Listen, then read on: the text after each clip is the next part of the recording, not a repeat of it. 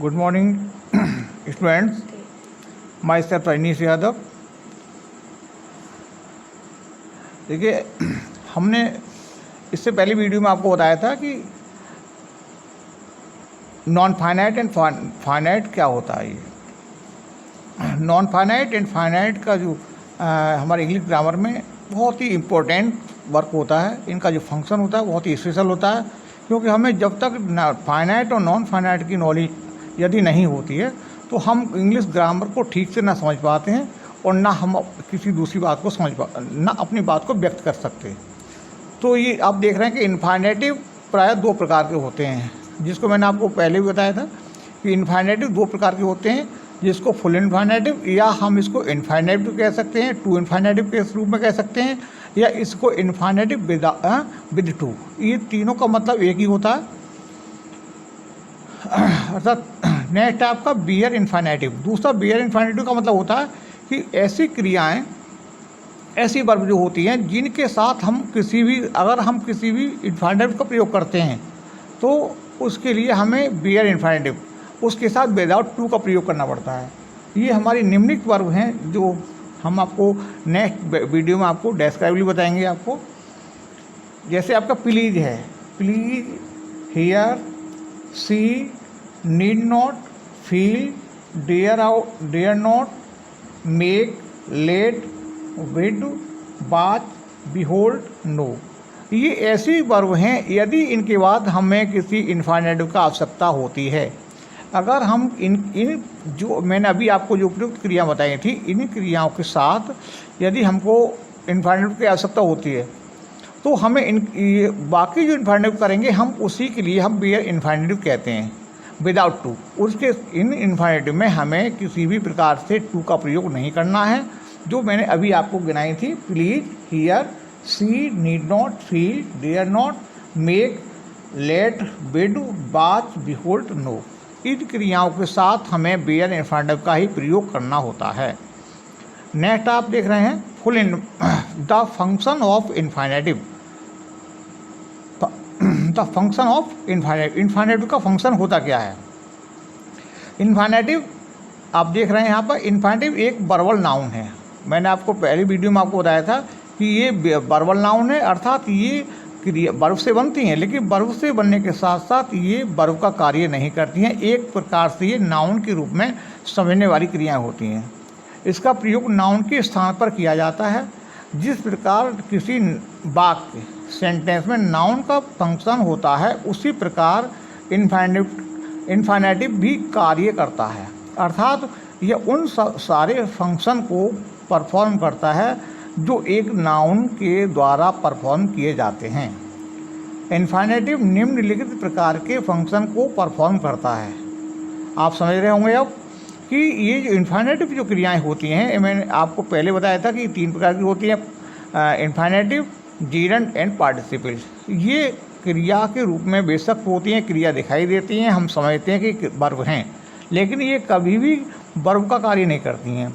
ये जिस प्रकार से एक आपका नाउन काम करता है, नाउन का फंक्शन मैं आपको अगली वीडियो में बताऊँगा कि नाउन किस तरह से फंक्शन करता है। नाउन के मुख्य प्रकार से 5 और 6 फंक्शन होते हैं। उसी प्रकार से आपका इनफाइनेटिव का भी उसी प्रकार से सेम उसी तरह से करता है जिस प्रकार से ये आपका नाउन करता है। इसीलिए हमने इसको वर्बल नाउन कहते हैं। जैसे आप एग्जाम्पल देख रहे हैं, सब्जेक्ट टू ए वर्ब, ये क्रिया के कर्ता के रूप में हम इसका प्रयोग क्रिया के कर्ता के रूप में प्रयोग करते हैं। क्रिया के कर्ता के रूप में कैसे, to write is good practice. देखिए, थोड़ा सा समझने की आवश्यकता है कि किसी भी सेंटेंस में अगर सेंटेंस का अर्थ होता है, सेंटेंस का मीन्स होता है कंप्लीट सेंस देना। सेंटेंस मतलब इसको वाक्य बोलते हैं, जो शब्द का जो आपका समूह होता है, group of the word which give the complete sense is called the sentence. जो वाक्यों का समूह होता है वो पूरा यदि आपको स्पष्ट रूप कंप्लीट सेंस देता है, उसको हम सेंटेंस कहते हैं। सेंटेंस आपके बड़े भी हो सकते हैं, छोटे भी हो सकते हैं, लेकिन दो चीज़ अनिवार्य रूप से पाई जाती हैं, सब्जेक्ट एंड वर्ब। कभी कभी इतने छोटे सेंटेंस होते हैं कि जिसमें केवल दो शब्द मिलकर के एक सेंटेंस का निर्माण करते हैं। हाँ, अब दो शब्द कौन से बनाते हैं? सपोज दैट मान लीजिए कि आपको बोला कि आई गो, मैं जाता हूँ, इसलिए आपका कंप्लीट सेंस हो गया, लेकिन इसमें ऑब्जेक्ट नहीं है।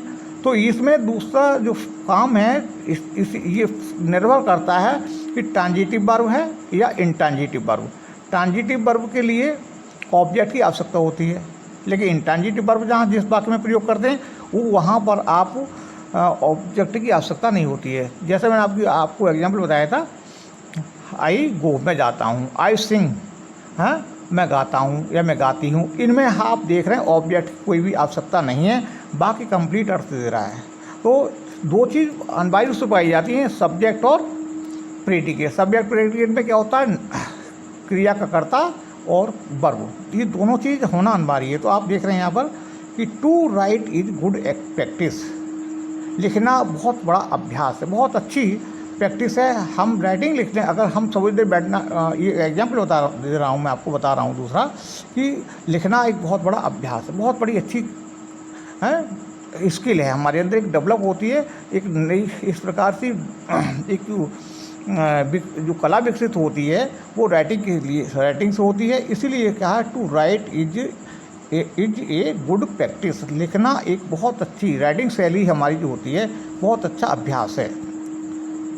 नेक्स्ट है, to cooperate is good virtue, अर्थात दूसरे के साथ हम कोऑपरेशन करते हैं, ये हमारा एक अच्छा गुण है। तो आप देख रहे हैं कि टू राइट, अब टू राइट है क्या?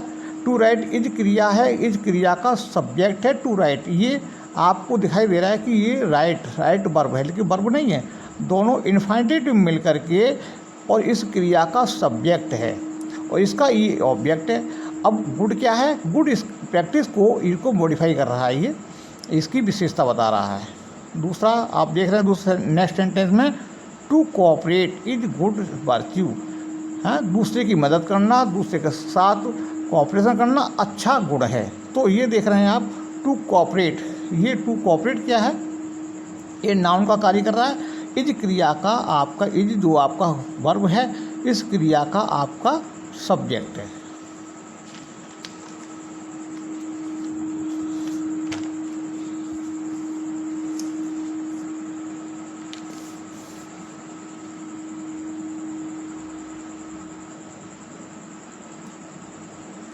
तो उपयुक्त सेंटेंस में टू राइट एवं कोऑपरेट वर्ब इज के सब्जेक्ट्स हैं, आप देख रहे हैं, आपने पहले आपको बताया था।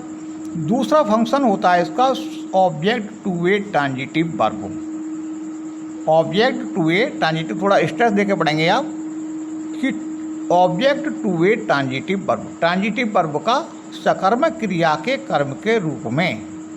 सकर्मक क्रिया आपको बताया था, दो प्रकार की वर्ब होती है हमारी, सकर्मक और अकर्मक। इसको ट्रांजिटिव और इंट्रांजिटिव बोलते हैं। ट्रांजिटिव वर्ब को मैंने आपको बताया था कि ट्रांजिटिव वर्ब का अर्थ होता है कि ऐसी क्रिया जो सब्जेक्ट का उस पर जो असर पड़ता है, जो भी क्रिया करता है, और वो क्रिया उसके द्वारा क्रिया कौन सी की गई थी, जिस क्रिया को हम बताते हैं, स्पष्ट करते हैं, व्यक्त करते हैं, वो उसका कर्म होता है। तो क्रिया, ऐसी क्रियाएं होती हैं, यदि हम ऑब्जेक्ट उनके साथ प्रयोग नहीं करते हैं तो आपका सेंटेंस कंप्लीट नहीं बनता।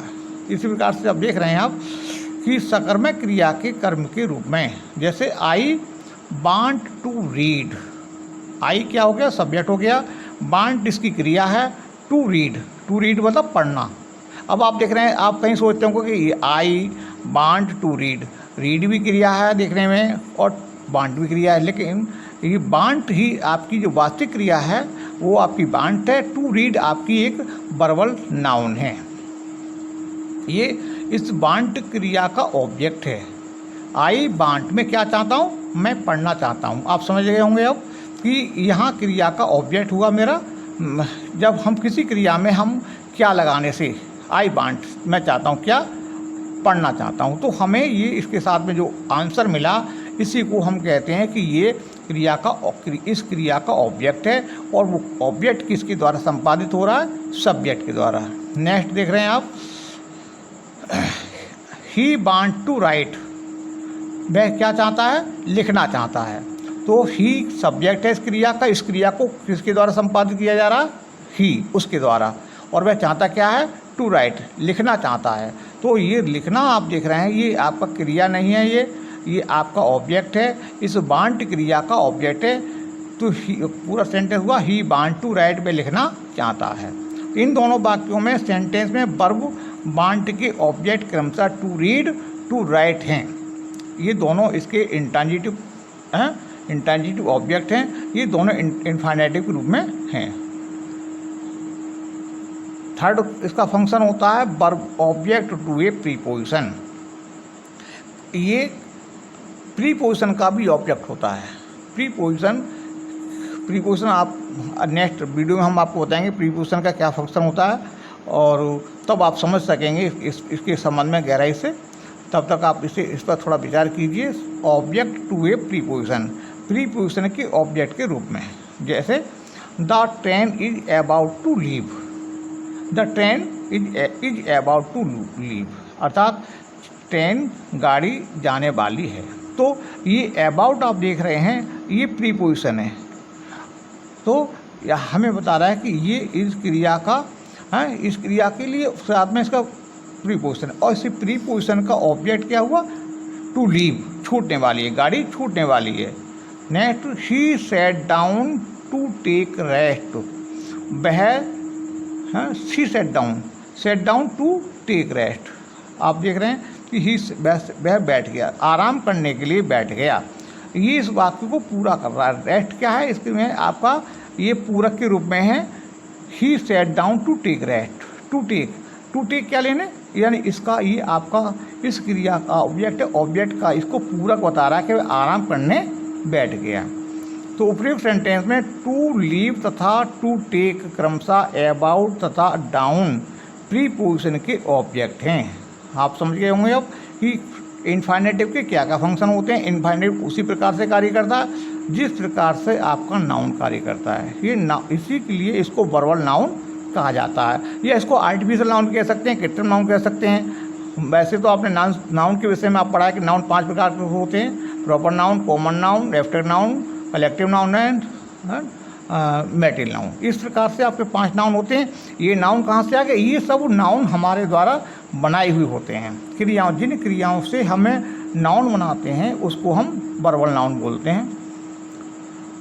फोर्थ फंक्शन है इसका complement to a verb, complement to a verb, verb के पूरक के रूप में। अर्थात अगर हम वर्ब के साथ में वर्ब हमने लिखा और वर्ब का हमें ऑब्जेक्ट नहीं मिल पा रहा है, तो हम इसके लिए हम इसको पूरक कहते हैं। यानी पूरक लगाने से हमें अर्थ पूरा स्पष्ट हो जाता है। हम बाकी इसके जो इन्फिनेटिव के फंक्शन हैं वो अभी सेकंड वीडियो में बताएंगे आपको। इस वीडियो को आप लाइक करना और शेयर करना ना भूलें, और चैनल को सब्सक्राइब करें, जिससे कि आपको हम जो आने वाली वीडियो सबसे पहले आप तक पहुँचे और इसका आप लाभ उठा सकें।